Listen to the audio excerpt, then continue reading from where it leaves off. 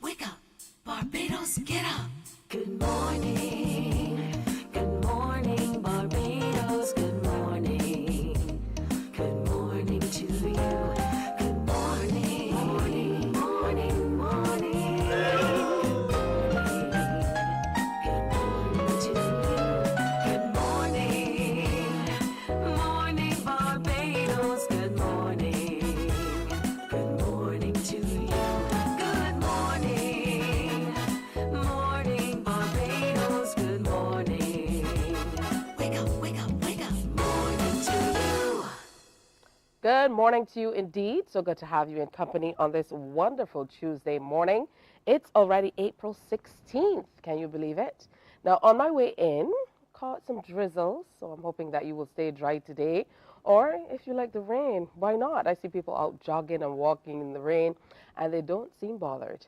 I'm Tisha Hines. I'll be here with you until 8 o'clock this morning. And boy, do we have a fantastic show planned for you. So I'm hoping that you can stick around, especially because the children are home, so you can sleep in, right? Call the boss and say, I'll be in a little later today. They'll understand.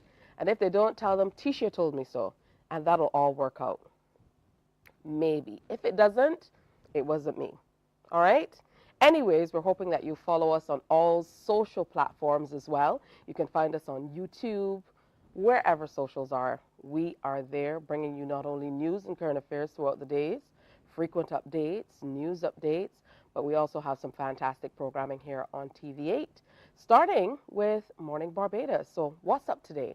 Well, Lisa Padmore is going to be in. She is of the Church of Christ, and they're telling us all about a fantastic occasion that's coming up shortly, later this month. Also, we're going to have Sharon Carew White, and she's bringing a very well-known songwriter from down the region. He's here for a free writer's workshop, and she's going to share more about him with us. Of course, we're also going to be telling you about what's happening with the University of the West Indies, because this is still the week for the medical sciences. That's right, open week for them. And we started with a bang with the dean yesterday. Today, we have 3 ladies. So yesterday, we had 3 gentlemen. Today, 3 ladies from the department, from the faculty, rather. So let's say a special good morning to Dr. Joanne Paul Charles, who is a lecturer in family medicine, UWI campus. Good morning. Good morning, and it's a pleasure being here, and I wish to all of Barbados good morning, and good morning to all our viewers. It's wonderful to have you with us. Thank you. It's a Dr. Wendy pleasure. Seeley is joining us as well. She's a lecturer in nursing. Yes, thank you so very much, Tisha, for having us, and I'm happy to be here to share all about our programs and what we are doing at the UWI field in the Faculty of Medical Sciences. That's wonderful. And they say the proof of the pudding is in the tasting. So we have with us Kaya Bosley, who is a preclinical student doing the MBBS program. So welcome. Good to have you with us too. It's a pleasure being here. Thank you so much for having me. All right. First of all, Dr. Paul Charles, I don't think people get to ask these types of questions often. Like, what drove you to the profession? And do you prefer the clinical side of things or the teaching side of things? So I want to start on that premise. I think it's important to kind of lay the groundwork for, you know, how you feel about the department and generally what you do. Okay, thank you. So as a young person growing up, I always wanted to make a difference. I believe in making a difference in life, and a positive difference, that is, in caring for persons. And medicine, the field of medicine always attracted me. And so that led me into medical sciences, and through my studies, I got sort of driven into family medicine, where it's a lot of primary health care, health promotion, and looking after the entire family. Now, with regards to our program, I will speak about the Department of Preclinical Medicine and Health Sciences. We are stationed at Cave Hill, and we offer a number of programs, both at the undergraduate and graduate level. So within the Preclinical Medicine and Health Sciences Department, at the undergraduate level, we offer courses such as the Bachelor of Health Sciences. There's the Bachelor of Science in Human Nutrition and Dietetics, and the Bachelor of Science in Preclinical Sciences. We also offer a number of postgraduate programs. So at the third master's level, we have the Master of Science in Nursing and Diploma of Pediatric in Nursing, which you will hear a lot more about. We offer at the PhD research MPhil level. We have programs in public health, epidemiology, immunology, medical microbiology, pharmacology. So we offer a number of programs. I don't think you can put just a number of behind everything you just listed off. I mean, Right. you know, that's literally a laundry list. But Yes. it means that the university is really staying in step with what's happening across the world. And it means that medical students or students who want to study in the area have all of the options available to them as they would in other places in the world. Correct. So over to you, Dr. Seeley. Yes. I know even more so than speaking about the doctors, we're always hearing about nurses, particularly nursing shortages. What's going on with the program at UE Capehill? You know, from your perspective as a lecturer, you know, I know you're in high demand. So talk to me about the programs there, and how is it that we always feel like we don't have enough nurses? Yes, Tisha. That is a shortage, is a global shortage of nurses for varying reasons. But certainly here in Barbados and the region, we recognize that we need to upskill our nurses. All the nurses who are coming to the programs at the university are all registered nurses because they're postgraduate programs. Dr. Paul Charles would have mentioned the Master of Science in Nursing, specialization in education and administration, particularly so because we need to continue to train our nurses to prepare the next generation. And that's where we are preparing nurse educators and administrators to be the supervisors in our healthcare institutions.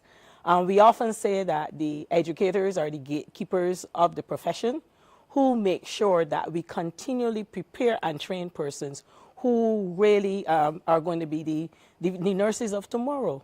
And certainly today, and I would want that the nurses who are prepared, because we never know when we have to end up in any situation, whether in primary health care or the acute care setting. And we always want to make sure that our nurses are well prepared beyond the basic level.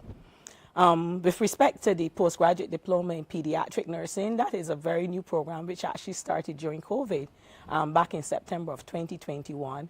And we were able to implement that program through the assistance of the Shaw Center for Pediatric Excellence, led by Dr. Clyde Cave, who had actually reached out to our counterparts at St. Kitts Hospital in Toronto. And through a collaboration with the government of Barbados, they wanted to train 40 nurses because we don't have nurses who are trained. We didn't at the time have nurses who were trained in pediatric nursing. And we wanted to train, because that's a vulnerable population who really needs special attention.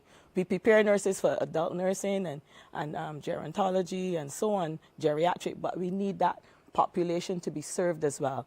And we are in our third cohort. We've graduated over the last 2 years, 3 years rather, 2 cohorts of 27 persons, and we now have 15 persons. And not all the persons are from Barbados. We do have persons, we've reached out to the region in both our programs, where we have a cohort of students in the Masters of Science in Nursing from St. Vincent and the Grenadines. And we have 3 students in our current cohort in pediatric nursing, 2 from Bahamas and 1 from St. Vincent and the Grenadines. Wow, that's Yes. excellent work that you're doing. And again, quite a few options as well that are available. But as you mentioned, shortage across the world, so I can understand what's happening. Do you feel like people appreciate the work that nurses do, especially when we're in situations where people might be a little upset with what's happening? I don't think that they fully appreciate. They know doctors have to work to make them better. Yeah. I don't think they fully appreciate the effort of nurses. I would want to say that they don't fully understand the work that we do. And I say we do because I'm a nurse by profession who's gone into academia. And we are always on either side. Sometimes we can be the patient, sometimes we can be consumer. And when you're in your level of anxiety about whatever is happening that is causing a problem, you will get anxious and begin probably to lash out at somebody. But I think it is to understand more of what we do. Sometimes when I say to my colleagues, my family and friends, well, you know, we do that. We do. Oh, I didn't realize that nurses do all that. You have to study. We really have to understand the climate in which we are managing our patients. We have to understand what is happening with our clients. We have to report to the doctors and the other members of the health team, because the nurse is always present. Generally, the doctors may come and go, but the nurse is always present, monitoring the care of the client and being able then to transfer that information to our other multidisciplinary care colleagues so that they can bring whatever intervention that is needed. The nurses intervene at their level, but certainly they also have to communicate with the health team members, the pharmacists, the laboratory persons, the occupational therapists, the physiotherapists. We all need to work as a team. And the nurse tends to be the one who's present with the client most of the time, whether in the primary healthcare setting or in the acute care setting. Wow, so Kaya, talk to us about your experience in the program so far. Well, I would say overall that my experience has been both challenging and rewarding.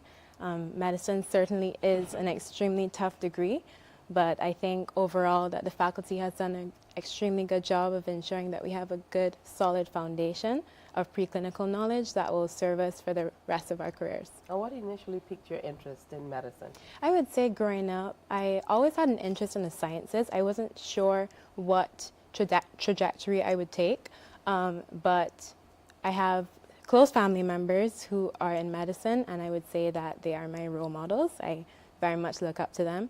So I had an interest in medicine from a young age and decided to pursue that. Good stuff. Dr. Paul Charles, let's talk about enrollment, the numbers. Yes. We mentioned about the nursing. We heard yesterday that there are far more girls than boys enrolling in the program, which kind of turns the program on its head compared to what it was before. I think they said either like an 85 to 15 percentile or maybe 90 to 10 percentage of the students, comparing female enrollment to male enrollment. Right. Do you see that as maybe a concern for the future? So I don't see it as a main concern. Females are, I would say, tend to be nurturers. We still have a few males in the program, and I think it's the way a lot of higher educational institutions, the same trajectory that's being shown, where more females tend to pursue higher education. And this is just perhaps a reflection of what is happening in the community. I do encourage males to come on board, because the male patients, they perhaps want to see that person, that male figure there, helping with their health care. And so we are majority female faculty with few males, but most of the other faculties on campus is predominantly female. And I know that's been a lot of discussion lately with regards to males and what are they doing at the higher education level. Well, Yes. interesting. Let's talk about the program that Right. you see after, though, Yes. family medicine. Right, so family medicine. So I would first like to speak about our medical undergraduate program, Okay. which is the MBBS program, Okay. which is a Bachelor of Science in Medicine and Surgery. And we have that program has two phases. Phase one, which is the preclinical phase, which I mentioned earlier, and phase two, the clinical phase, which students later on go into the clinical setting. So at the preclinical phase, it's staged mainly at Caville on campus. Students are within the classroom setting and within the medical teaching lab. So this is where they learn the basic sciences of how the body, the normal form and function of the body. They learn about the illness processes, how to treat it. We also have an introduction to medical practice. So from early, they are introduced into what the medical practice setting is about. They build on professionalism. We try to cultivate ethical practice there, what it entails in terms of clinical practice and so on. So that's the preclinical, which is about 2.5 years, the first half year. And then once they've completed that program, then they transition into the clinical phase. This is where teaching occurs within clinical setting at the QEH polyclinic, and it's predominantly with patients. My program, the family medicine program, is a postgraduate program. So on completing the first degree, which is Bachelor of Medicine, Science in Surgery and Medicine, there's an internship period, and then one can go on to pursue a specialty, which is the family medicine program. It's one of our DM programs. You'll be hearing a lot more about our DM programs later this week. And it's about four years of training within that specialty. Yes? Wow, so sounds like a lot going on, definitely. But again, great options to offer. Let's kind of break down and talk about the anatomy now of what's offered to nursing students, and particularly in the area that you take care of. Okay, so I'm the coordinator for all nursing programs, so anything nursing comes to me. All right. So for example, the Master of Science in Nursing is a 1-year program full-time, but 2 years part-time. And let me put it out there that all these programs are self-financed programs. So they're actually funded by the individuals themselves. And they continue to work during the period that they're studying. So I want to say kudos to them, and really working with our clients and our populations while studying. We know studying alone is a feat, but also to study and work is really another feat to undertake. And I really want to thank them for the service that they give, but also the opportunity to advance themselves. And as I said before, when they enroll in the program, they follow a core of courses, which includes research, advanced nursing science, and theory, but then in the first semester of the 2 years. And then they break into the areas of specialization. So for example, the persons who are studying education will do things like testing and measurement, theoretical and clinical teaching. They actually do, participate in practice teaching, just like teachers, because they're being prepared to teach, curriculum development, and all these areas in education. The administrators now will focus on areas like theoretical perspectives in nursing administration, models and theories in nursing. And I believe they are saying, well, I didn't believe that nurses did all of that. They also would be looking at human resources management and the areas that would take them into the area of administration. And it culminates with a research project. Research, they begin with an introduction to research methods, qualitative research methods, data analysis, because research, we recognize that evidence-based practice is key. So our nurses at both levels are engaged on some levels of research, but certainly in the master's program, they have to focus on an area within their specialization. So for example, some of the graduates would have done things like looking at learning styles in nursing, in nurses, and how we can improve our teaching. Some persons in the practice site may have looked at confidence level of nurses as they deliver care, while others would have looked at areas of the development of the practice area and how they can improve the practice site. So that is a 2-year program. And I want to say that sometimes persons say we're not graduating a lot of persons, but you would well imagine the cost of the program and then the time to complete the program. But I want to say kudos. We are looking to graduate 7 of our persons from St. Vincent and the Grenadines this year in October, and another set here from Barbados as well. So that is on its way. With respect to the pediatric nursing program, the students, it's a 1-year full-time program. And as I said before, we got support from the Sick Kids Hospital through the Shaw Center for Pediatric Excellence. So nurses, through the government of Barbados, nurses were released from 3 areas, from the Barbados Community College, the QEH, and the polyclinics to pursue that particular program. And we've come literally to the end of that funding cycle with this last cohort.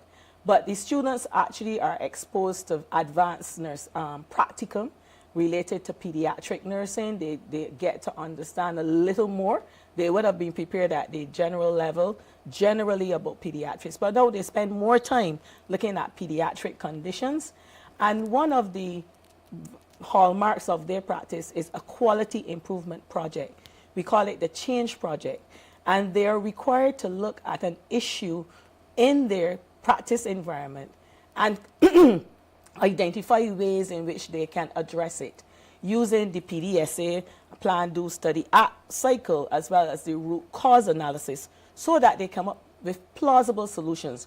So even as our students are studying, they are making ground in areas of research, but also quality improvement. And I want to say again, thank you to the Shaw Center for their support over the years. And I know this is not a plug, but I would want to plug for any philanthropists out there, any donors who are interested in supporting nurses, that there's opportunity to support the nursing programs at UWI-CAFL, and certainly our nurses, and the quality of care that will be delivered to our clients thereafter. And I support that plug 100%. It's just about 28 minutes before 7 o'clock. We're going to continue the discussion after this break, so stay with us. Morning, morning, morning. Good morning. Good morning to you. There is a saying, you can find a Bajan anywhere. Are you a Bajan living abroad? Or do you know of one who has migrated to another country? Well, we at Mornin Barbados would love to have you or them on our Bajan Afar segment. Share your amazing stories, experiences, and how you have adapted to a new culture. Send us an email to morninbarbados@cbc.vb. And together we will travel the world.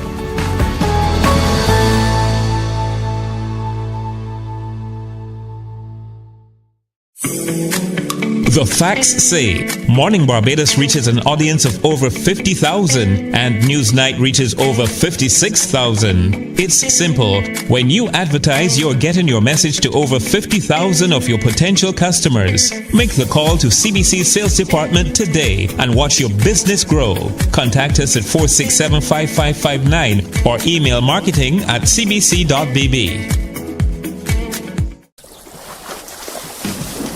From the beautiful shores of the gem of the Caribbean, Barbados, home of the amazing Harrison's Cave, the tantalizing Oystins Bay Garden, our historic garrison, the indigenous road tennis, and the friendliest people in the world.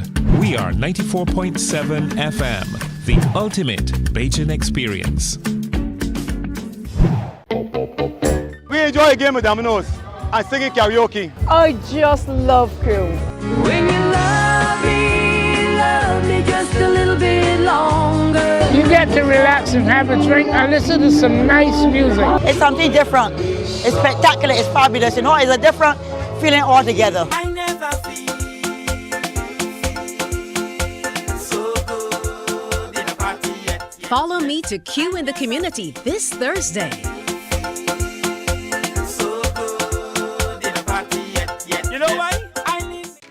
My friend, you don't plan to get her? Oh, Barbados. Morning, morning, morning. Good morning. Good morning to you. 25 minutes before the 7 o'clock hour. Good to have you in company. What are you doing? Maybe you're up and about doing things in the kitchen, whatever it is. Thanks for keeping us in the corner, keeping us on, and listening in to all we're talking about. We are celebrating along with the Faculty of Medical Sciences from the University of the West Indies, Cave Hill campus, and in studio with us we have Dr. Joanne Paul Charles, Dr. Wendy Seeley, and Kaya Mosley, who's a student at the campus. Yes. All right, so let's get into, where you're hoping to go career-wise. Medicine is truly an investment, and there are quite a few years, preclinical, clinical, and when you think that's just the first part of it, there's absolutely more to go. So talk to us about what you expect in the next few years. Well, the next 2 years will be the clinical part of my training. So I'll be completing rotations such as obstetrics and gynecology, surgery again, pediatrics, and things like that. So I'm really looking forward to that aspect because, as I've said before, we've had a good introduction to the preclinical, and I think that that served as a good foundation for the future. So I'm not sure quite yet what path I'm going to take, but I'm quite interested to get involved and active and involved in the different rotations to come to decide which one I will choose for my career. All right, great answer. Dr. Paul Charles, I know that you wanted to enlighten us more about the student body. Yes. So we are truly a regional university, and our student body encompasses, through, I should say, CARICOM integration. So we have students in our program as far as south from Belize, from Trinidad. There are students from St. Vincent, Grenada, St. Lucia, Antigua, as far north as even Jamaica, the Bahamas, the BVI, Bermuda. So our student body is very mixed, and students get a good experience of CARICOM integration. Right? The faculty, the preclinical medical department, being on campus, they also have the opportunity to integrate with students from other faculty. So it's not just about meeting your colleagues in medical sciences, but you have an option, the opportunity to interact with students from Faculty of Law, Social Sciences, and so on. So we are, I should say, a unique medical school with regards to being able to integrate within the region and as well as with persons from different specialties.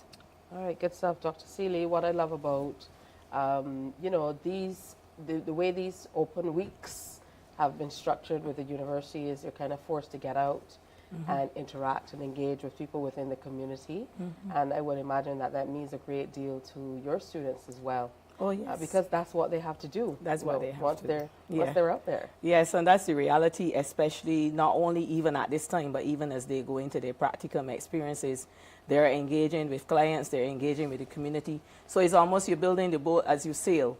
You're already nurses in the profession, but now you're being prepared at an advanced level in an area of specialization. But you're engaging with students, for example, the educators go into the secondary schools and they do observe practice teaching. They engage with persons in the community, in the different community areas to provide opportunities to teach them and part of the health teaching. The students engage and go with the nurses in the polyclinics to the schools as well as the day nurseries.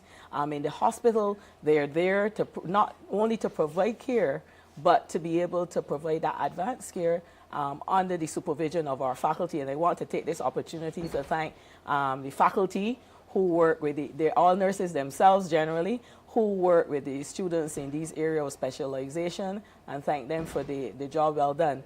We've also had the opportunity for students who have graduated out of the program to come back and be able to teach, mentor their other colleagues, not only in the classroom, but certainly too in the clinical setting. So that has been great, because as persons like me begin to move off into areas of retirement. Areas of what? Retirement. That word, you have to spell it with a Y. Yes, retirement, yes. We have to prepare our future, and certainly it really gladdens my heart when we can invite our students back to become, actually we are preparing one of our graduates from the pediatric program is now doing her master's with the view that at some point in time she could probably be part of our program full time. So this is really about building capacity, but also while we're building capacity, continuing to provide care to the clients in our community. And I know that sometimes the patients will go to the doctor, but when they come out of the doctor's office, they go to the nurse and say, well, I wasn't quite sure what the doctor told me. So the nurses are really there to provide that support for the client to explain, to refer as needed. And we continue to do that. We welcome any opportunity to support persons in the community. But certainly this week, is one of those, to share what we do and let people understand it's more than just being in a uniform or scrubs or whatever and just taking temperature and blood pressure. There's so many other things that nurses do and can support them going forward. This is true. The first time I experienced a physician's assistant, though, the nurse at that level was outside of Barbados. And that in and of itself intrigued me, you know, a nurse who's able to write prescriptions and do a whole lot more. So very interesting stuff. For the students looking on, final word is yours. For the students looking on, and I know this is the time of year where they're getting into their CXCs and preparing some of them to move out of maybe secondary into tertiary, looking at making decisions. So what would you say to students who are looking on and watching you here in your lovely lily white, as my mother would say, lab coat?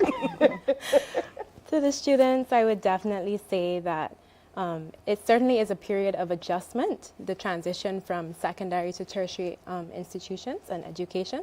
But I think that once you take it one day at a time and ensure that you always have goals for the future, then it should go absolutely fine.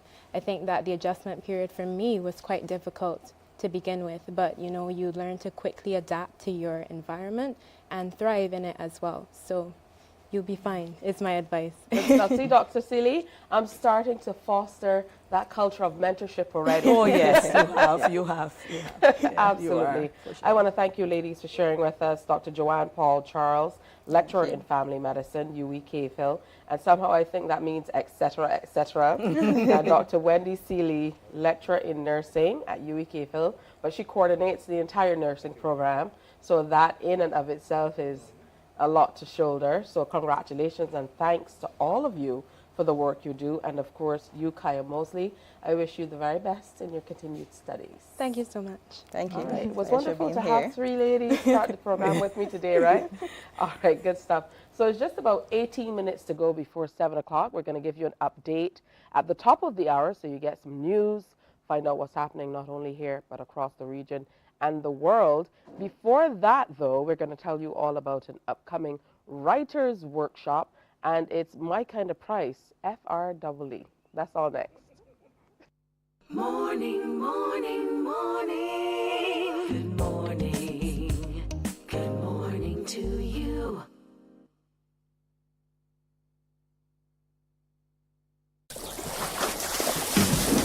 From the beautiful shores of the gem of the Caribbean, Barbados, home of the amazing Harrison's Cave, the tantalizing Oystins Bay Garden, our historic garrison, the indigenous road tennis, and the friendliest people in the world. We are 94.7 FM, the ultimate Bajan experience.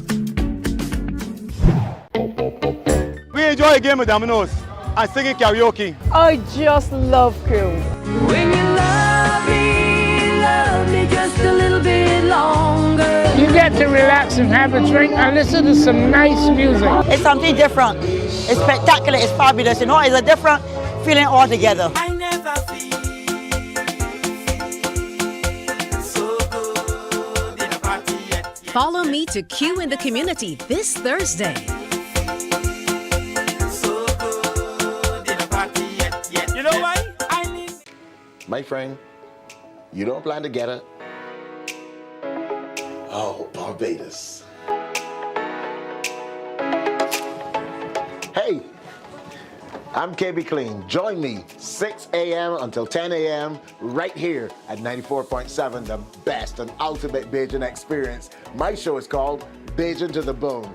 Don't miss it, Bajan to the Bone. Weekdays right here and only here on 94.7.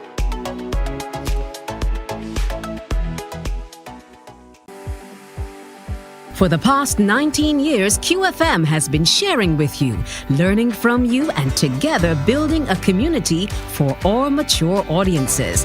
That's why we say Q is good for you. Morning, morning. Good morning. Good morning to you.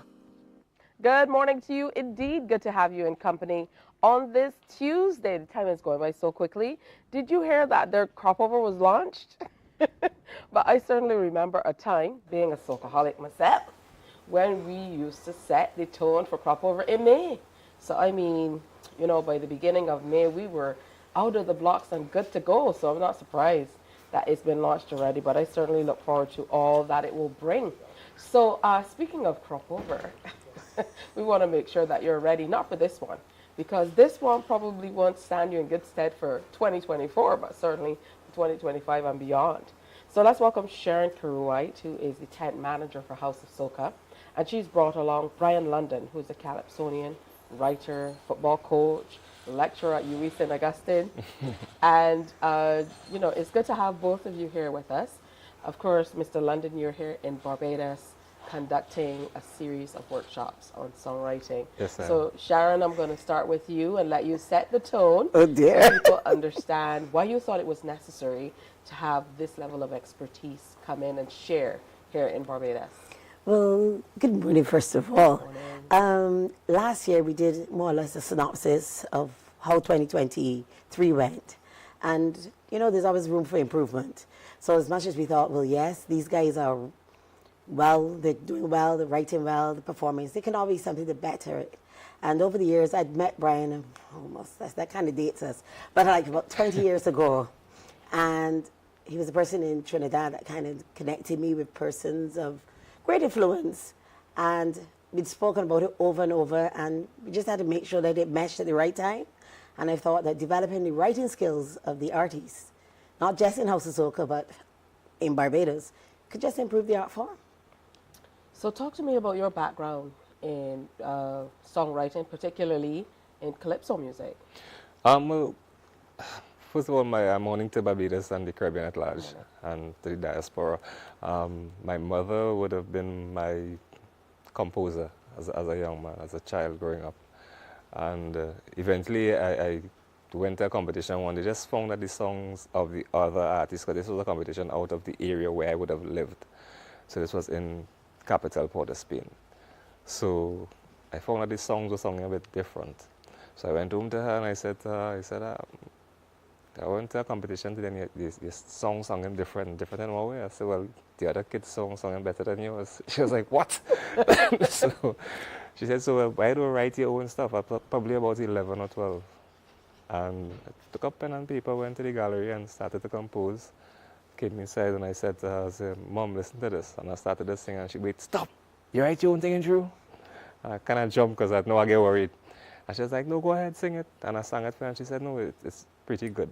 And that was the genesis of me getting into writing. And all these years onward now, I've been fortunate to write for Calypso Monarchs in a lot of the countries around the region, and Trinidad and Tobago, junior monarchs, senior monarchs, and just being able to contribute to a lot of people even having their first experience at Calypso Monarch finals and that kind of stuff. So it's just a pleasure and a joy for me to be blessed with this talent and to be able to do this, you know. Well, it's one thing to do that when you're young and say, Mom, I'm going to write my own songs, and then for it to carry through to the place where you are now, that you are sharing your talent with others. So talk to me about through the years and how that kind of developed. I've grown up in a really poor household. My dad died when I was 2. My mother had been confined to a wheelchair from the time I was the age of 3, and I was the last of 10 kids. Some days there weren't things to eat at home. So we always had to share stuff. So I guess that same rooting and grounding that I had then is still a part of me today in terms of wanting to give back and wanting to share and wanting to see people do better. Because I know coming up from that circumstance, I had to do better and be better for myself, and to take my mother out of some of the situations we used to be in. So just that teaching and that uprooting would have helped to give me the impetus to want to see other persons aspire to reach their goals and to give them that opportunity just to be themselves. So to be here in Barbados now and to see this cabaret of young and enthusiastic persons who want to learn and have been learning and writing, because we have been writing on a nightly basis after the sessions are finished and to hear some of the material that are coming out. It is just a pleasure for me to be able to do that. Now, Sharon, I know that there has been a part of the workshop or a workshop before, but there's another one coming up. Talk to me about how it was received, the first part of it. The first part was received extremely well. We started on Friday, but on Saturday morning it was more or less, we were at BIMAP, one of our sponsors, and they were very, very enthusiastic, and all the young persons, I was surprised. We had persons, not only from House of Soca, as I said, that other people came in, and there were the questions, right? So we could start right now, how you could write. And ironically, they had homework. This is a workshop with homework. You get homework every night. Tonight, last night's homework was to extempo tonight. So if you know you could extempo, you want to come out, you've been given all the rules and the way to do it, the which to do it. So I find not just young, but all persons, because some people there are in there, they look to me in their 50s, they could be older, they could be younger. But everybody's taking it in and really enjoying it. How do you think this will redound to the benefit to not only the Cropover Festival, but start at where you are as a tent manager? And I know for you with House of Soca, you stress a lot on welcoming new talent and developing young talent. Yes. Well, this can only be a stepping stone towards that journey. And when the first class was obviously history of Calypso, and some of them were, oh, right, so we got to go back to slavery. And first homework was to write a song on slavery. I would have hoped that you would have been there, Tisha. The material that came out from just them listening to Brian, listening to what he had to offer, and them executing it bless me. Whatever comes out the workshop, whether they win in 2024 or going on, I know they've learned something, and that's the whole thing about it. How does it reward you from the other end, looking on and being able to see that you're able to inspire sometimes an entire new crop, not necessarily young people, but an entire new crop of interest in the Calypso art form? I mean, it's really inspiring to first to share. I'm inspired to share, and it's inspiring to see young persons coming out and wanting to learn and learning new stuff and asking questions. I mean, first night we were supposed to finish at around, I think we were from 3 to 5. Yeah. We didn't get through until about 7. Or after 7, they had to basically run us out of BIMAC. Had to run us out. And then, I mean, last night we were supposed to finish at around, I think 8 or 9. We didn't get through and left until after 11 p.m. And nobody wanted to leave. Everybody was just there, taking it in, soaking it in, wanting to present their pieces that they would have written, wanting to sing their pieces.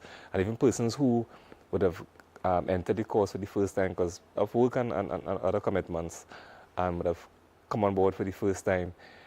They themselves were contributing towards, critiquing people's pieces and wanting to know better. So we're not just inspiring writers for Barbados. We're inspiring writers to take Calypso music to the world because we're one people, we're one region, and what we do is we're so connected from the days of slavery to now, to our music, to our culture, to our food. And so it's just to inspire us to take Calypso music beyond borders. It's limitless what we can do with the music. So it's just great to inspire this generation that are willing and, I must say, very able to take music higher in Barbados. So this would all go well not just for the tent, but for the quality of music that you may get in Barbados as the years roll on. Good stuff, Sharon. How can we muscle in on this? Because I'm thinking I can write a Calypso too. But that's the thing. We had actually the lady that's the current queen of the Barbados prison. She came. She usually writes prose, but she came and she's writing a song. She's very excited. We have other persons. So it's not just about, it was about writing. But if you want to catch in, I mean, as I said, tonight is Extempo. So you have to call 821-4046. That's the House of Soca hotline. 821-4046. Hold on, let me take that in. Not a House of Soca hotline. Yes, it's a House of Soca hotline. Okay, so after you tell me all that, you have to give me the instances where I need to call the House of Soca hotline. Hey, Sharon, I don't have a ticket. That's what it's usually for. It's usually for those persons that don't have tickets, that haven't gone through any of the other systems. People call on the last minute, say, any more tickets there for judging night, any more for opening night. So that's the hotline has been created. I think this is the second or third year of the hotline. So you call the hotline 821-4046 and you can get in. I mean, I know one or two persons had said to me outside of House of Soca, we want an Extempo. So this is your chance. Tonight is Extempo. If you feel that you need to be a part of it, Brian always recaps something. He always has something more to say. I'm usually the one saying, listen, you can get Pelto to this location, NCF, you can get Pelto to Bimap, you can get Pelto to Light. So come on, if you want to learn, that's about it. He's also doing some one-on-one sessions. So persons that wanted like the private, you know, it's a competition that we're going in towards. So persons that wanted one-on-one, he did some one-on-one sessions as well. And as he said, it can only get better for the region, not just Barbados. Absolutely. What have you seen through the years in terms of how soca music has morphed, how it has become so incredibly popular outside of Trinidad and across the region? Now we're seeing Jamaica Carnival. Yes. And I remember a time where my Jamaican friends used to be upset when you play soca music in the feds, particularly in the diaspora. Yeah. They were like, this is a dance hall. Yeah. You know, but now here they are. I mean, embracing soca music in a totally different way. Yeah, it speaks to our ingenuity and our oneness as a people. And again, music has the ability to cross borders and boundaries and times and to speak to the people in ways that politicians and parliamentarians cannot. Music does that. Here you have Binny Man who dance hall, as you say, but he would do soca collaborations. Here you have Popcorn would do dancehall and come down to do soca collaborations. You have some of the Afrobeats artists who would, and Afrobeats to me is a pull-off of soca. If you listen to the soca beats, the beats in Afrobeats, it's a pull-off of soca. So Calypso music was the first music to gross 1 million record sales in the world, ever. Harry Belafonte's album, right? So there was always that international appeal for the music. And our artists have toured the world in the past. The Lord Kitcheners, the Mighty Sparrows, Calypso Rose would have broken the glass ceiling for women in Calypso, being the first woman to win a road match title amongst a field that is more men-dominated. And Thelma Lane being the first woman to ever sing Calypso, open the doors for women to be in the art form today.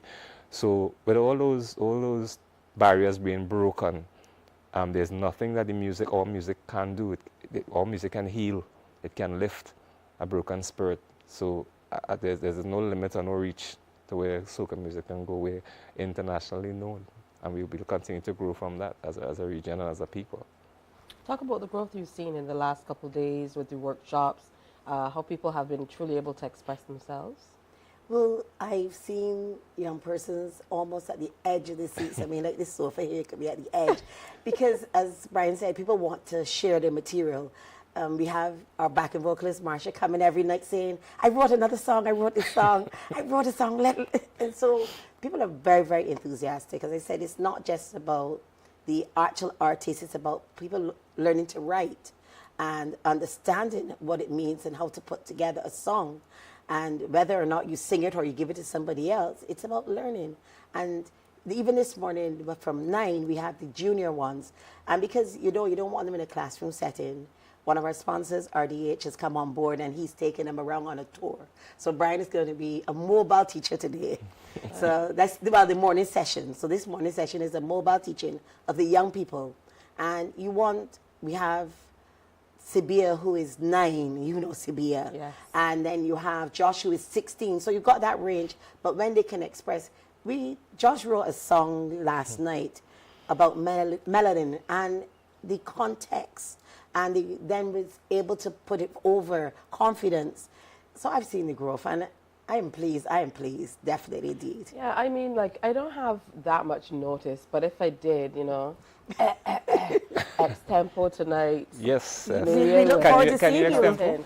Can you Extempo? How so soca now come? and bring Calypsonian, Brian London. Morning Barbados is the show to be, to make sure I can. I mean, Extempo. You know? I mean, I love soca music, and many of us do. So this is just a kind of another cog in the wheel and getting us turning, going where we need to be with the music. Yes, indeed. You know, keep it growing. I think that's important. Yeah, indeed. And even, I mean, me being a four-time Extempo monarch out of Trinidad and Tobago, and you know, getting them enthusiastic about Extempo where they're like, can't wait for tonight. And these are people, some of them would have never Extempoed before, never had the opportunity or never thought that they would delve into the field, and to see them can't wait for tonight. And one of the, I didn't share the Extempo rhythm, but one of the members of the class shared the Extempo rhythm in the group and said, start to learn, start to get ready. I mean, it's really exciting, and it's about learning and developing. And even if you're not a writer, and you sing, but you want to probably delve into getting your own stuff at some point in time, or just understanding if someone gives you a song, what are the constituents of the song? Does it suit me? Is it for me? Is it relevant to, is it something I'm passionate about? Is it relevant to the time? So you can look at the song that is given to you and now be able to make a better informed decision in terms of what you're able to put across. So, great stuff. I'm so thrilled to be here, and it's all about development. And this morning, I think, is going to be one of my most exciting mornings, because I'm always a stickler for the development of youth, because they're the ones that have to carry on the legacies of the music in times to come. So it's going to be my distinct pleasure to be amongst these youngsters this morning. Yeah. All right, that's beautiful stuff. So you're on the move with the young ones this time around. And again, that hotline is there. 821-4046. If somebody wants to come out, learn to Extempo tonight, you got to catch up with the others because they've been at it from Friday. But, I mean, we're not going to say no to you. And this evening, we're at St. Paul's Conference Center. We're using that space. Where's that? That is actually in Bays, I think that's called, just behind the Bayland. Or if you come, or Beckles Road, if you come. But we're there because they have this space in which we can use to project, perform, bring everything to life. Oh, that's it's beautiful. Not just on the page, it's on the stage. And it's wonderful to see that you are taking people off the stage as the type manager for House of Soca, and you are prepping them for winning. Because I know for you, you want the lion's share. You should change the name of House of Soca to Lion's Share. I like to share the part. That's why we're going to share the developments as well. Good stuff. Okay, so what's next for you? I mean, we've seen your Paris in the area of Extempo, but, what can we look forward to from Brian London? Just continuing to help to build artists and build myself as an individual, and just to share so that we in the region, I'd like to see Extempo being done in every Caribbean island across the Caribbean. So just to continue to share and to build and to teach, and to be as me having the experience of being in the same company of the likes of Black Stallions at the Rash OTIs, just to share that experience with others, and hope that is able to inspire them and their generations, and even to still be a sponge, continue to soak in as I go along and learn. All right, so thank you so much for sharing, and I wish you the very best, and I hope that we're able to get you to come in with some of the people who participated and share some of the work that they're doing. They'll challenge you. We are excited about it. Yes? Yes, indeed. So thank you so much, Sharon Kuru White. Thank you, Mr. Brian London. I hope you're enjoying the stay here in Barbados too. Well, this is what I am going to say. I'm really, really, really enjoying this stay. I'm telling you, I don't have to fuss. I'm really feeling at home here in Barbados. I haven't gotten in no trouble because of the hospitality of the people. But if it's something that I have as my wish, before I leave to get a good taste of flying fish, when I tell you, you're going to have to go to Tobago for that part. Have they migrated? But good stuff. Thank you very much, Finn. Blessings Thank to you, and thank you. All right, time for a break. When we come back, an update of the news. Stay with us. A person of integrity, a Calypsonian. A person full of dignity, a Calypsonian. He's the mouthpiece of the nation. For you, the people, depend for information. Yes, we know all about lyrics, melody, and rendition, originality and presentation. But if you can't sing a song to uplift the people of my land, sorry, you're not a Calypsonian. If you only waiting on handouts from them politicians, that will make you no Calypsonian alive. Morning, morning, morning. Good morning. Good morning to you. For the past 19 years, QFM has been sharing with you, learning from you, and together building a community for all mature audiences. That's why we say Q is good for you. To our Q family, we say thank you for staying connected to Q 100.7 FM. QFM is a station of the Caribbean Broadcasting Corporation. CBC, celebrating 60, connecting Barbadian communities. There is a saying, you can find a Bajan anywhere. Are you a Bajan living abroad? Or do you know of one who has migrated to another country? Well, we at Mornin Barbados would love to have you or them on our Bajan Affair segment. Share your amazing stories, experiences, and how you have adapted to a new culture. Send us an email to morninbarbados@cbc.vb. And together we will travel the world.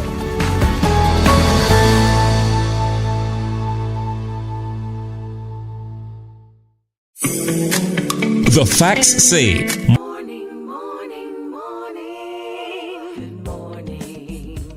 Good morning to you. Good morning to you. Time now for an update of the news, just about 8 minutes after 7 o'clock.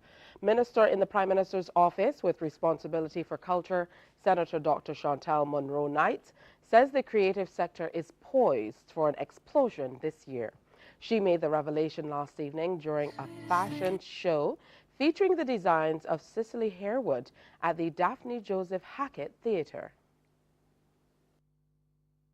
Set to explode. It is a space that is ripe for innovation. It is a space that is ripe for us, one, as Barbadians, to be able to support the cultural sector, but also as well for cultural practitioners, again, to be able to find spaces where they can showcase their work. We will be doing so. The Division of Culture will be hosting an Emancipation Village that will be stood up from May to the end of August. And that Emancipation Village is intending to give space to new voices, new faces, new feet on the ground. Now, during her speech, Senator Munro-Knight also praised Harewood for continuing to share her talent with the country through the years. To congratulate Ms. Harewood for what she will put on stage for us this evening. One, for her boldness in so doing. Sometimes as cultural practitioners, we can become, or should I say, a little bit wary of the scrutinizing power of the Barbadian public. So it takes passion and it takes boldness to put yourself out there for all of Barbados to be able to see. Consideration is being given to shifting some of the island's cruise business to St. Peter. This was revealed by Member of Parliament for the area, Colin Jordan, as part of plans to revive that northern town. Sharika Griffith has that story. Just over 2 years after the reopening of the refurbished Spicetown jetty, a plan to boost tourism business in the north has been unveiled. Member of Parliament Colin Jordan explains the intention is to attract smaller cruise ships, which carry up to 2,000 passengers. You can't have a Spicetown where that is overrun with visitors. We need numbers that we can manage. Otherwise, you start getting issues and conflicts in any space where those who come in start to jostle too much with those who are already there. And so we started discussion on having smaller cruise vessels come to Spicetown, not necessarily to dock, but to use the moorings that are offshore, and then, as they say in that world, tender persons in. So smaller boats that would take visitors from the ships and bring them to the jetty. Minister Jordan revealed the plan during a BLP branch meeting at the Alexandra School. He says it will require the creation of a port facility. I think we have a nice facility, the current Spicetown Fish Market. It is not really used a lot as a fish market, but we have to discuss how we can maybe use a part of it or have some kind of a facility that allows for customs and immigration to be able to perform their duties as we become a port. The idea has the support of Minister of Foreign Affairs and Foreign Trade, Kerry Simmons. The truth is that the Bridgetown port is very congested, and it is in the country's national interest now to diversify our cruise tourism product to the north. I don't say this only because of Spicetown, however, because bear in mind I represent whole town, and if Spicetown can get it done right, then there's an example for the other town, which is just down the road. But in all honesty, the first choice is going to be Spicetown. That is the natural fit. That is what the people who are operating the smaller cruise lines and cruise ships want to be able to do. Meanwhile, Minister Jordan remains hopeful work will soon begin to have Spicetown designated a World Heritage Site. Sharika Griffith, CBC News. Thanks, Sharika. Now, 2 milestones in the wines and spirits industry will be celebrated here in Barbados later this year. Area Manager for Latin America and the Caribbean at Bardenay, Fanny Riveland, made the disclosure over the weekend during a hands-on training session organized by Stansfeld Scott at Deb's Bar at Foul Bay in St. Philip. Our Trevor Thorpe was there. Improving the knowledge of persons in the wine and spirits industry is the thinking behind a series of training sessions orchestrated by multi-brand wines and spirits dealers in Barbados, Stansfeld Scott. It corresponds with the 170th anniversary of Beehive Brandy and a cast milestone for Glenmorangie single malt whiskey. According to Area Manager Fanny Riveland, the anniversary celebrations are slated for July, and work towards this is already in place in the run-up to events in Barbados.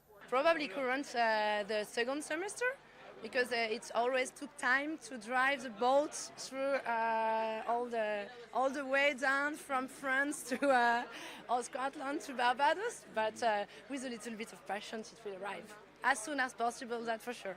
Ms. Riverland gave the thumbs up to the atmosphere and energy exhibited by Barbadians at the training initiatives across the island.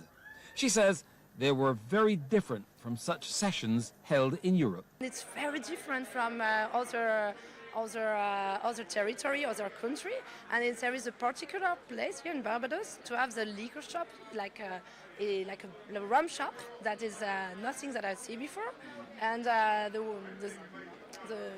the particular mix with the sport and to share the moment, it's really particular to Barbados, and I think it's very interesting for to have discovered this market in this way.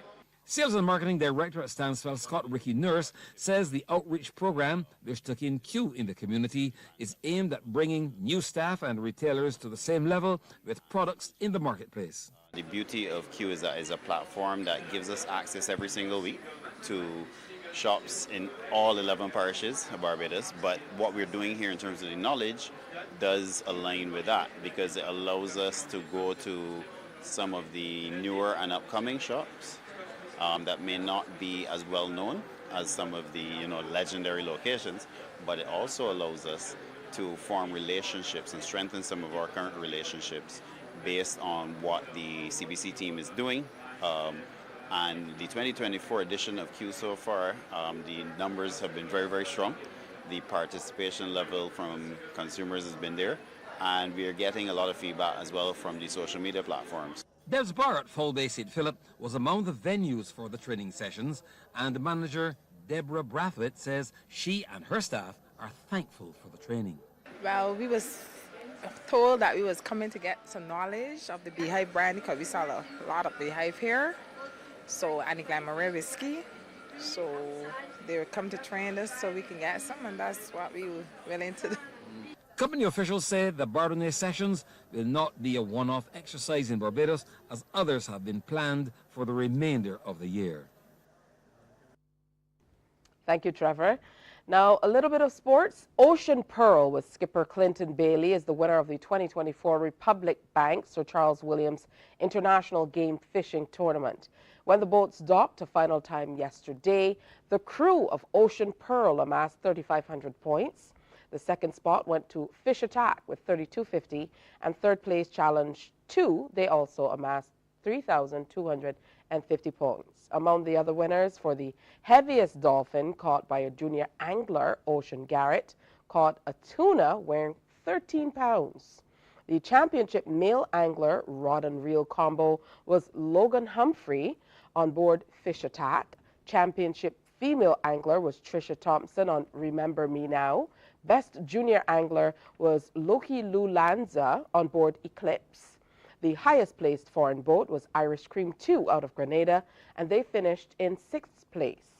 The youngest anglers were Arthur and Henry Warren on board Screaming Eagle, and the crew of Carib Girl caught the most head of fish, 50. So congratulations. And that's our update of news. Remember, you can tune in at midday for Newsday, or you can stay with our stations, 100.7 FM, 98.1 The One, or 94.7 FM for the CBC News World at 1. It's time for another break. We'll be right back, though, with much more here on Morning Barbados. Stay with us. Morning, morning, morning. Good morning. Good morning to you. We enjoy a game of dominoes and singing karaoke. I just love crew. When you love me just a little bit longer. You get to relax and have a drink and listen to some nice music. It's something different. It's spectacular. It's fabulous. You know, it's a different feeling altogether. I never feel so good in a party yet. Follow me to Q in the Community this Thursday. So good in a party yet. You know why? I need. My friend, you don't plan to get it? Oh, Barbados. Hey, I'm KB Clean. Join me 6 a.m. until 10 a.m. right here at 94.7, the best and ultimate Bajan experience. My show is called Bajan to the Bone. Don't miss it, Bajan to the Bone. Weekdays right here and only here on 94.7.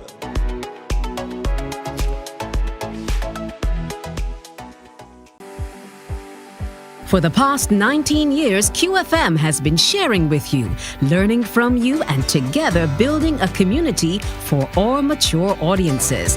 That's why we say Q is good for you. To our Q family, we say thank you for staying connected to Q 100.7 FM. QFM is a station of the Caribbean Broadcasting Corporation. CBC, celebrating 60, connecting Barbadian communities. There is a saying, you can find a Bajan anywhere. Are you a Bajan living abroad? Or do you know of one who has migrated to another country?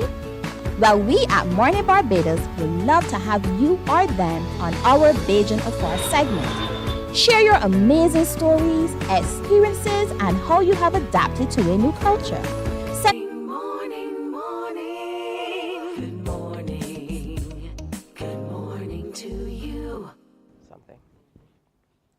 All right, welcome back to Morning Barbados. It's 7:20 all across the land. I hope you're having a great morning.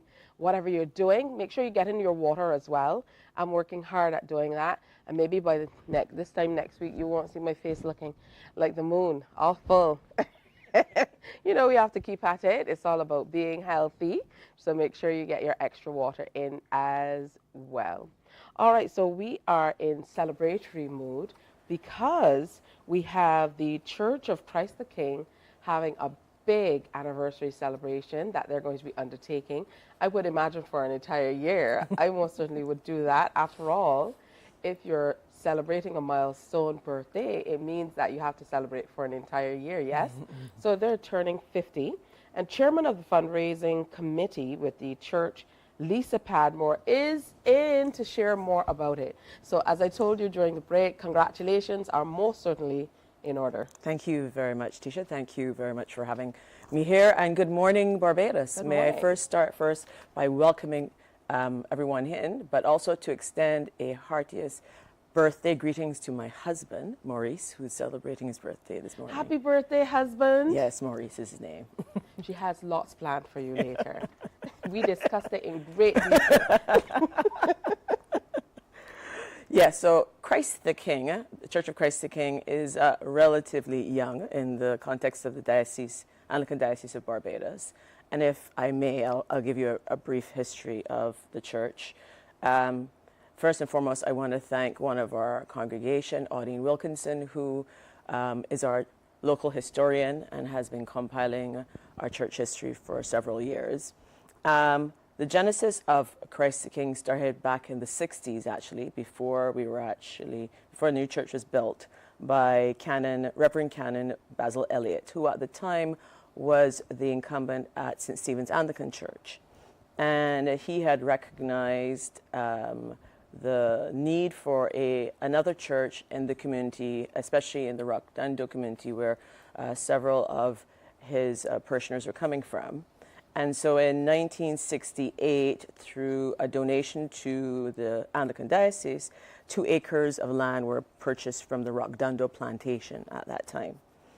In 1973, Bishop Drexel Gomez would have broken ground on the land and renamed it the parish of Christ the King.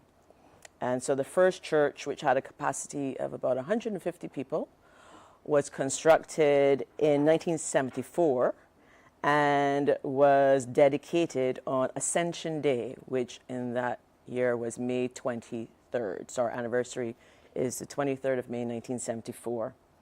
Our first service was on the 26th of May, and we continue to grow. The church, as I said, had a capacity in the start with 150 persons. In 1980, and I remember this because I started going to church there as a child from 78, we built a balcony in that structure to house about another 50 people. As the congregation grew in size, we also had more than one service to also accommodate them. But then a decision was made that we needed a larger structure. And so then in 1993, the then Bishop Rufus Broom laid the cornerstone for what is now the current building that we are in. And we are proud to say that that building was funded, the construction of that church was funded primarily by the efforts in terms of stewardship and fundraising of the members of Christ the King. So there were no funds that were provided by the diocese, and we have the dubious honor of being the only church that was built by the congregation in the Anglican Diocese. Since then, we have rebuilt what was the original church because that was destroyed by fire.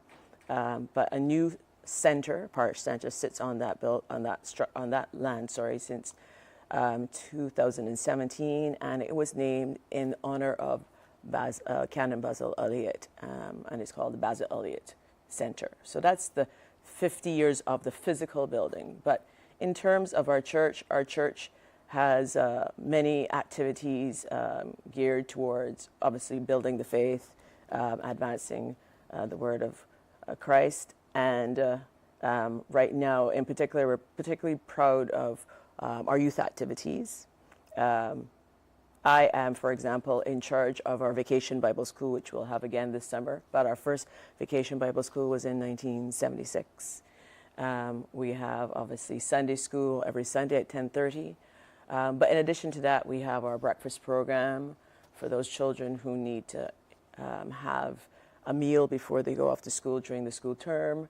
We have our reading program on a Saturday, which is between 3 to 5. And again, that is to help children who need a little bit extra in terms of especially the literacy skills. And we have our youth group, which caters to children, our teenagers 14 and over, and that meets every Friday at 7 p.m. So our youth activities in particular, we're pretty proud of right now. But we are, again, looking strategically at how we continue to build the church, build more community, especially in our immediate surroundings, and continue the work of Christ. Question asked and answered. Engaging with the community is what you do. I mean, after all, you talked about being the only congregation to really build the church, and I can see why. It warms my spirit to hear how much you're doing for and with the community, because a lot of people often go back to, particularly when things are going wrong, what's the church doing? Correct. How are you engaging? So it's great that you're still having Vacation Bible School, that you're still having the reading programs and so on, so that you can engage with not only the older people in the community, but the younger ones as well, and that'll bring them along for another 50 years. And even with the children, you get to engage parents. And one of the things that not only obtains at Christ the King, but in general in the church, is that our population is aging. So those who have already been indoctrinated are already there. But what we have is this is the age group in between the children and the seniors that is not finding the reason to be there. And so we're trying to find try different ways to bring people back to church. Because we all started in church. No names called. That might be me, but it's true. You know, at least I think with my generation, we found our way to church at least a few times a year. Yes. Maybe for Easter and Christmas and so on. But a lot more of my contemporaries are kind of falling off, and that redounds to the children we're raising. So, you know, that's an important thing to note. And I most certainly will be inviting people out to church. Who knows? Yes. We might be visiting Christ the King. Please. Particularly because the way you're starting these celebrations, of course, they're going to have services and so on. But this is where love meets jazz. That's right. A jazz concert called Agape. Tell us more. Sure. So not everyone might be familiar with the term agape. Agape does mean love, but it's not just physical love. It's about sacrifice. It's divine. It is the love that God has for us. And so when we were conceptualizing the theme, we thought music and love can go hand in hand. So we're having a jazz concert this Saturday, April 20th, starting at 6 p.m. at the church, located in Rockdando. And those artists who are on that night would be Cloud 9, Jane Small, Barbados Community College Jazz Ensemble, Abiana Fenty and Orion Morgan, Kweku Jelani, and Romaro Graves. And that starts again at 6 p.m. as I said. Our tickets are $80. And with that $80 admission, you also get a free glass of wine, compliments Hanchelinus. So tickets are available at the church office. You can call us at 622-3082, or you can send an email to ctkbarbados@gmail.com to reserve your tickets. Or you can even send a message to us on our Instagram page, CTK Barbados. So there are several ways to contact us. You can look for me online as well and contact myself. And if you can't get a ticket before the show, please come and we'll accommodate you at the door. Oh, that's beautiful. Following that event, you also have a May Day Sports Jamboree. So there's lots to look forward to. Lots to look forward to. So on May Day itself, we are kicking off our sports ministry, which is something that we're doing more intentional now with a May Day Sports Jamboree. So we have had some equipment, and our car park has been marked out, compliments the Sports Council, National Sports Council. And we are going to be showcasing some sports on that day. But in addition to that, we'll also have rides, and we'll have food and drinks on sale, and the sports in particular that we are going to be trying to engage our youth in the area around our basketball, netball, road tennis, pickleball, which I know is a new sport for some of us, and indoor games, the usual things that also children do inside. But we're going to encourage you to come in and out. Don't spend all your time indoor. So the admission for that is $5 for adults, and children under 12 are free. So come on down, children, and participate. We're going to reach out to the schools in the area and make sure that there is awareness of the day.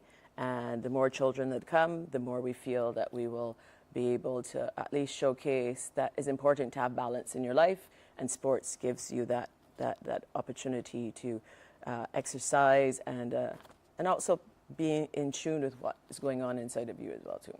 Absolutely, give everyone in the community an opportunity to showcase what they have to offer too. I love that. Then that's not all. Later in the month, there's a fish fry. There's a fish fry, which is close. This is a very busy committee. This is a very busy committee. And that fish fry is indeed an annual offering, but of course its proximity to the actual anniversary that will make it special this year. Our fish fry is one that we have persons who come to every year, so we are always grateful for those who keep coming. And it will be on May the 25th, starting at 4 p.m. And our tickets are $35 for adults and $15 for children under 12. And on that menu would be what you would expect and a little more. So, of course, fish is available both grilled and fried. We have barbecue chicken, 2 types of rice, macaroni pie. It sounds like a lunch or a dinner, not a fish fry, but yes, there's a lot on that menu. And of course, desserts and drinks will be on sale, some entertainment, some door prizes. Yes, we have it all there for you at Christ the King. Absolutely. Talk to us about your services, though. Yes. For people who want to come out and celebrate during this 50th anniversary and beyond. Okay, so first and foremost, let me say that services are every Sunday at Christ the King at 8 p.m. Our rector is the Reverend... 8 p.m.? Sorry, 8 a.m. Thank you very much for that. Okay. I must be still asleep. 8 a.m. and our rector is Reverend Davidson Bowen, a very engaging person. So please come out and listen to him. In terms of our services, our service to celebrate the actual anniversary will likely be, and I could be misquoting this, so forgive me, it's either the Sunday before or the Sunday after, but I believe that we will have more on social media, and we will publish to let persons know exactly which particular Sunday we will be celebrating. We will not be celebrating it during the week, but on that particular Sunday, obviously we will be giving God thanks for giving us the opportunity to do his work in this new and young part of the diocese, but it's been very fulfilling. As I said before, I've been a member of Christ the King since I was a child, and I have done lots of Christ the King. I've been at Sunday school, I've been in youth group, I've been a Sunday school teacher, I am now a member of the choir, I am a Eucharistic minister, I am the assistant treasurer, the chairman, and the list goes on. And my family is just as involved in the church. My children have grown up as servants of the altar. And so therefore it is a church of community, a church of family. And I'm proud of what we've been able to accomplish. That's wonderful.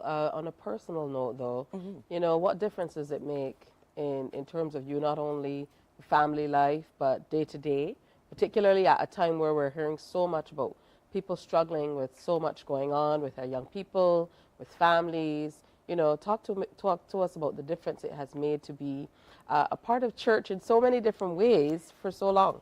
So I will say this, that I have always felt that my purpose on earth was around love and service. And I think that that purpose was reawakened, or it was confirmed during one service on a Maundy Thursday, and it was led by our former priest, Reverend Luther Johnson, may he rest in peace. And from that point on, I recognized that service didn't mean just doing all these things at church, but it was more important to do it outside of church because I needed to reflect what the Christian in me was by doing it to those who don't see it every Sunday, who don't know who I am. And so for me, going to church on Christ the King on a Sunday is the refreshment to go back out during the week to demonstrate what is expected in that commandment to love and serve. And so being, whether it's at Christ the King or any church, because when I travel, I also try to make sure that I get into a church, whether it's Anglican, whether it's Roman Catholic, it doesn't matter. I think that that refreshment is important to be with people who are of like mind in terms of the community of faith, to then go back out and to help those who are not that community of faith to understand what it's all about. Absolutely, and that's a great place to start heading out onto our days today. So again, Agape, the jazz concert, comes up Saturday, April 20th. They're very active on social media, so you can find out more information there. There's the May Day Sports Jamboree coming up, so lots happening for that too. And then there's a fish fry later in May. It's the Church of Christ the King celebrating their 50th anniversary. Thank you so much, Lisa Padmore. She's doing everything. Chairperson of the fundraising organizing committee, etc., sharing with us this morning. Just about 24 minutes to go before 8 o'clock. We have something that we want to share with you next that was very well received. We got many, many calls about it. We had Dr. Gillian Birchwood in talking about taking care of the little ones when it comes to them being at home particularly, and how you can spring into action if, heaven forbid, something happens. So that's all coming up next. Morning, morning, morning. Good morning. Good morning to you. There is a saying, you can find a Bajan anywhere. Are you a Bajan living abroad? Or do you know of one who has migrated to another country? Well, we at Mornin Barbados would love to have you or them on our Bajan Afar segment. Share your amazing stories, experiences, and how you have adapted to a new culture. Send us an email to morninbarbados@cbc.vb, and together we will travel the world.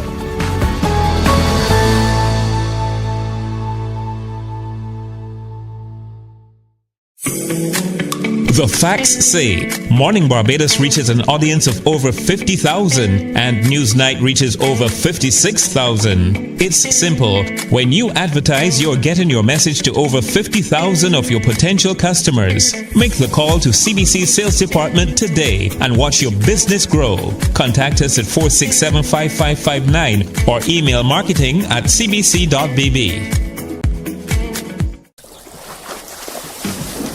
From the beautiful shores of the gem of the Caribbean, Barbados, home of the amazing Harrison's Cave, the tantalizing Oystins Bay Garden, our historic garrison, the indigenous road tennis, and the friendliest people in the world. Morning, morning. Good morning. Good morning to you. Certainly hope you're having a great day. It's just about 20 minutes to go before the 8 o'clock hour. Last week in a few days, we had Dr. Gillian, and she usually shares with us on pediatric care. Standard showroom, and Dr. Birchwood talked to us about how important it is to kind of child-proof the home, but also to be fully aware of what we need to do to be able to spring into action with our little ones, from babies in arms to older children. So let's take a look back at how that. Welcome back to the actual studio, Dr. Gillian Birchwood. We're so accustomed to seeing her on the screen since COVID that, it really is refreshing to have you with us this morning. Welcome. Good morning. Thank you so much for having me here. It's really different. and interesting. Absolutely great to have you with us. Now, you are a consultant pediatrician and neonatologist at the QEH, and today we want to look at common pediatric emergencies that might occur at home and how we can really prepare for any eventuality, if we indeed can. So let's start by looking at choking, which is one of those things that can happen for anyone, but certainly we see little ones, particularly in the vacation, depending on what fruit is in season. And I know the risk of choking kind of intensifies when we talk about things like Aki or Ginnup and things like that. So how do we as parents prep for that? You know, it's the emergency you never want to have to deal with, but unfortunately, occasionally does happen. It happened to me as a mother at home with my own baby, and the truth is, if I didn't know what to do, my daughter would not be here right now. And so, although we don't want it to happen, we do want to be able to be prepared and know exactly what to do and spring into action right after you notice it. So how you handle choking depends on whether you are dealing with a baby or with a child. And the things that they're likely to choke on vary, again, depending on whether you're dealing with a baby or with an older child. So for a child who's less than a year of age, they're much more likely to choke on liquids. Whereas with older children, as you said, they might be eating something, an object, or they might be playing with an object in their mouth. You know, when children get older, they will pick things up and put it in their mouth. So they might choke on a toy like Lego, or as you said, Aki. I always feel very nervous when I see children by the side of the road buying Akis and their parents giving them Akis, because the Aki seed is the right size and shape to perfectly cause choking in children. So you have to be very careful when you are dealing with children, and you should avoid foods that when you cut them, they make a circle in the diameter. Like for example, those hot dogs. When you're cutting them, cut them lengthwise. Don't cut them so that you can see the circumference as a circle, because that can cause choking as well. All right, that's so interesting. Looking at how you prepare the food. Yes. Very, very interesting. But I want to dial back to something that you said that surprised me. That children under 1 tend to choke more on liquids. Yes. Elaborate on that. Yes, so very young babies, especially those who are less than 6 months of age, are much more likely, they're not going to be in the position most times to pick up objects. And so they're being fed milk, they may vomit, or the curdled milk may come up out of their stomach and block their airways and cause choking.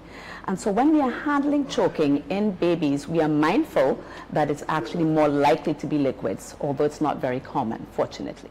All right, so what should we do if we have a child who's choking? Because I would imagine this would be any parent's nightmare. Absolutely, it's a total nightmare. As I said, it happened to me with my own child. And you have to resist the urge to panic, because the signs of choking in children and babies, for example, you may see them heaving and you will hear no sound. That is the cardinal area of concern. If you hear no sound, it means that air is not moving in and out.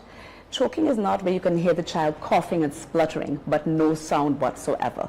So for example, with my daughter, she was crawling on the floor and I noticed that she just started heaving and I was hearing no sound.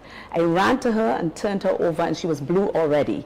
So you can imagine how terrifying that was, even though I was a pediatrician and would know what to do. So if you have a young baby who's under the age of 1 year, and we have our mannequin, no children will be harmed during the filming of this segment. So the first thing you want to do with a very young child is to prop them on your thigh and hold them face down. You want to hold them face down and support their head. You don't want their head flopping all over the place. And you want to hold them face down because it's more likely to be a liquid. So you want that liquid to be able to drain out with the assistance of gravity. So you're going to hold them face down and you're going to give them 5 strong back blows. Don't be afraid. I mean, you're going to use force that's relative to their size, but you want to give a blow that's strong enough to create a vibration in the airway and to increase the pressure in the airway so that the object has a chance to be dislodged. So 5 strong back blows with the heel of your hand. If that does not work, you're going to turn the child over using what we call the sandwich turn. You're going to hold the child on their head, still supporting their head from the front, turn them over, and put them on your thigh, again holding their head lower than their bottom.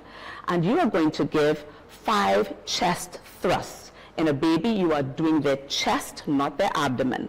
If you squeeze a baby's abdomen, you could damage the organs which are still developing. So you use 2 fingers just below an imaginary line connecting the nipples, holding the child's head down, and you're going to squeeze 5 times sharply downwards. 1, 2, 3, 4, 5. And you're going to alternate between doing the back blows and the chest thrusts once the child is conscious. Now, if the child is not conscious, you're going to stop doing that altogether, and then you're going to go into giving the baby breaths to make sure that you can provide some air. If you can see an object clearly and you're sure that you can reach it and take it out, that's the only time you're going to stick your fingers in, because you don't want to push an object further down, and then you really are going to have a problem. I know that's what a lot of people feel inclined to do, is to kind of put their hand in the mouth with the intention of getting the little one to maybe throw up. Right. So that's not a good idea. No, not unless you can clearly see an object that you can remove. If you can't, you risk pushing it down further, causing swelling in the airways and making choking worse. So that's for a baby. For a child now, who's a year of age and up, they're more likely to be standing up. You're going to be looking for those signs of choking, which is that you might see them clutching their airway. You might see them trying to breathe or trying to cough. And you will go to them and look, and if they're old enough, you can confirm that they are choking. Once they're conscious, you're going to bend them over. Although I only have a baby mannequin, this would really be the technique for a child. You're going to bend them over at the waist, supporting their chest, and again, the heel of your hand with those 5 back blows. And then you're going to turn them around, but you don't have to turn them around, you can check. If they're not breathing, then you're going to do abdominal thrusts in a child who's older than 1 year.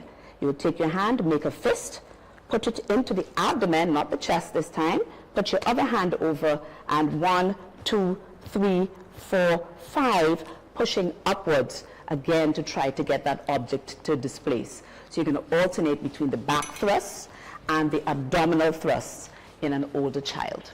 And hopefully you'll be able to get the object dislodged. All right, well, I know usually in recent times we've heard more about the Heimlich procedure. Yes. How does this tie in with how you're dealing with children under 1 and then older children over 1? That's an excellent question. So in babies and children less than a year of age, you do not do the Heimlich maneuver.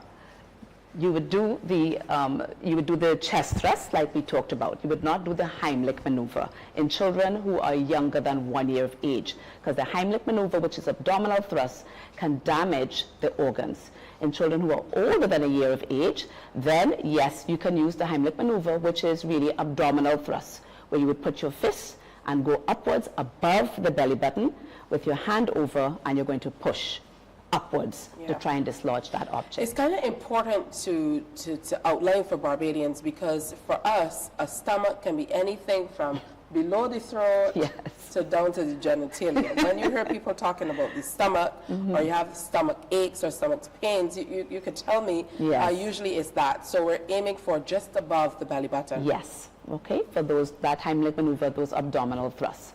So that's what you would do for a choking child. Try your best not to panic. All right, another area of concern for me, most certainly, and this is not only for little ones, but for people who might have seizures. Yes. I know I have been present where this has happened, and I most certainly feel hopeless. I feel like I can do nothing.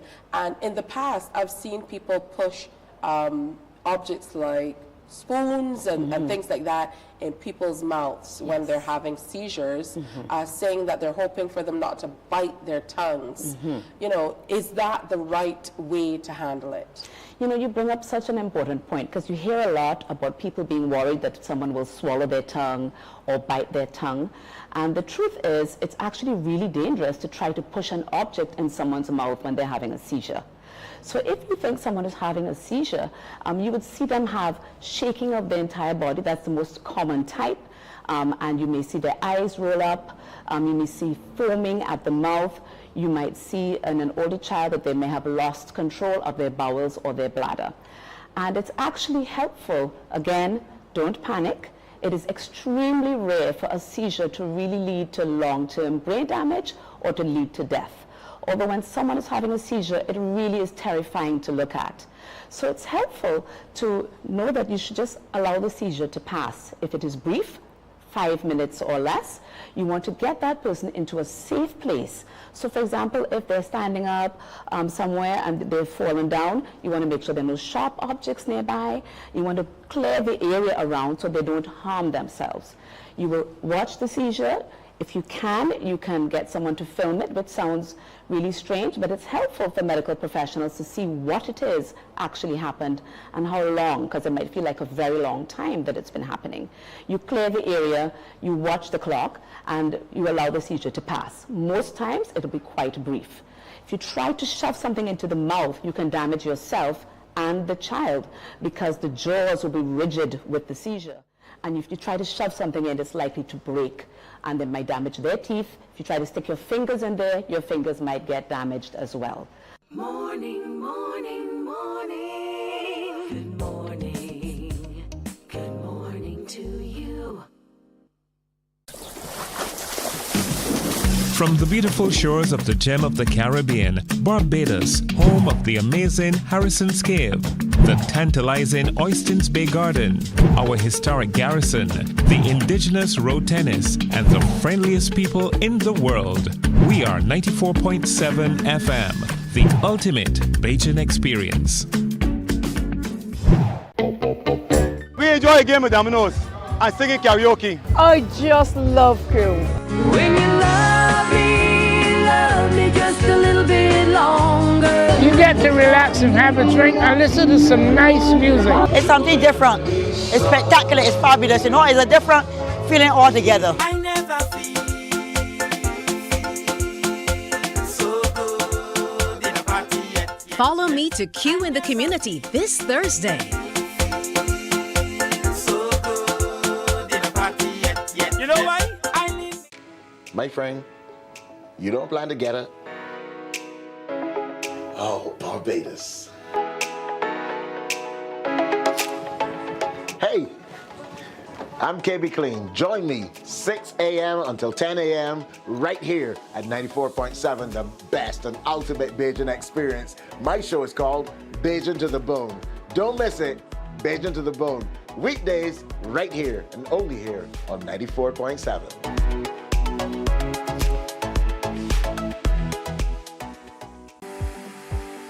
For the past 19 years, QFM has been sharing with you, learning from you, and together building a community for all mature audiences. That's why we say Q is good for you. To our Q family, we say thank you for staying connected to Q 100.7 FM. QFM is a station of the Caribbean Broadcasting Corporation. CBC, celebrating 60, connecting Barbadian communities. There is a saying, you can find a Bajan anywhere. Are you a Bajan living abroad? Or do you know of one who has migrated? Morning, morning, morning. Good morning. Good morning to you. Bursting with nutrition, Showtime Dog Chow is now available in Barbados. Showtime Dog Chow boasts a 21% protein and 12% fat content. It also contains chelated minerals and omega-3 and 6 fatty acids to promote good skin, fur, and bone health in your dog. Your dog deserves better nutrition. You deserve a better price. Pickup locations are in Newton, Government Hill, and Warrens. If your busy schedule does not allow for a pickup, we offer island-wide delivery straight to your door. God bless. Welcome back again, and here we are at 2nd Fairway Gardens Rendezvous in Christchurch with our first-time winner, Dagan, and his showpiece of a dog, Simba! Here we go, the entry forms are spinning in the barrel, Somebody could be the new lucky winner, it could be you. Okay, Dagan, it's your turn. Put your hand inside there. Pull out an entry form, show it to the camera. And the winner of our second draw is LeJohn Belgrave. And the name of his dogs is Max and Snowflakes. And his address is Byes Mill, St. George. We'll give him a call now, see if he's ready and see if he's at home. Hello, good afternoon. May I speak to LeJohn, please? Speaking. Hi, LeJohn. Do you remember buying a bag of Showtime dog chow and filling out an entry form? Yes, please. Well, congratulations, sir. You are the winner of a bag of Showtime dog chow. I am the winner? Yes, you are the winner. Well, good, thanks, Jesus. Yes, we can get in contact for you to make the presentation. Oh, well, today? We'll contact you further with more details. Okay. All right, so tell Max and tell Snowflakes that they're going to get some free dog chow. Okay, okay. All right. We'll get in contact with you and let you know when. Okay, all right, no problem. Thanks a lot. Okay, Mr. Belgrave, take care. And thanks for being part of our competition. Here we are in Byes Mill in beautiful St. George. We have here LeJohn. He is the one that won the second draw in our Showtime Draw raffle. And he's holding Snowflakes. Beautiful dog. And LeJohn, we're going to present to you today your 50-pound bag of Showtime dog chow. That's you. You're going to love that, Snowflakes. And here we are with LeJohn. He's going to assist us with pulling the winner for the third draw of the Showtime Dog Chow raffle. Are you ready, ladies and gentlemen? Okay, LeJohn, put your hand on the inside. Have a look at the camera. Pull an entry form. And the winner is... Here we are at St. Christopher in Christchurch, where we have a lovely 3-bedroom, 1-bathroom, Purple Heart house going on the market today on 12,251 square feet of land. Move in ready, get your family, speak to your loved ones, and come on and have a look and have this beautiful home. Come have a look at your new home. Lovely tiles, beautiful ceiling, living and dining room area. Have a look at the bedrooms. Bedroom number 1, built-in closets. Bedroom number 2, ladies and gentlemen. And here at the back, the largest of the bedrooms, with a double wardrobe. And one of the most beautiful parts is the outdoor yard, a massive yard. You can have all your family and your dogs running all around the yard. Having seen the inside of your new home and the yard, this is an investor's dream. 12,251 square feet. This entire open lot that you see here comprises the parcel of land attached to the house. 5 minutes away from Miami Beach and Oistins, where all your amenities lies. Supermarket, post office, gas stations, and only 7 minutes away from the Newton roundabout, where the guys sell the Showtime dog chow and those jumbo eggs. That was an amazing Showtime dog chow raffle. After dog owners switch from their old dog food over to the specially formulated Showtime dog chow that's available here in Barbados now, that's boasting a 21% protein, 12% fat, includes chelated minerals and omega-3 and 6 fatty acids, we've had miraculous findings. One dog owner even reported that his 6-year-old dog got taller after the first bag of dog chow. So thank you again for joining us, and we look forward to seeing you again next week Thursday at 6:45 here on CBC TV. And remember, call the number below, 252-0000, to order your next bag of dog chow and have it delivered straight to your door. God bless, and peace and love to you and your dog.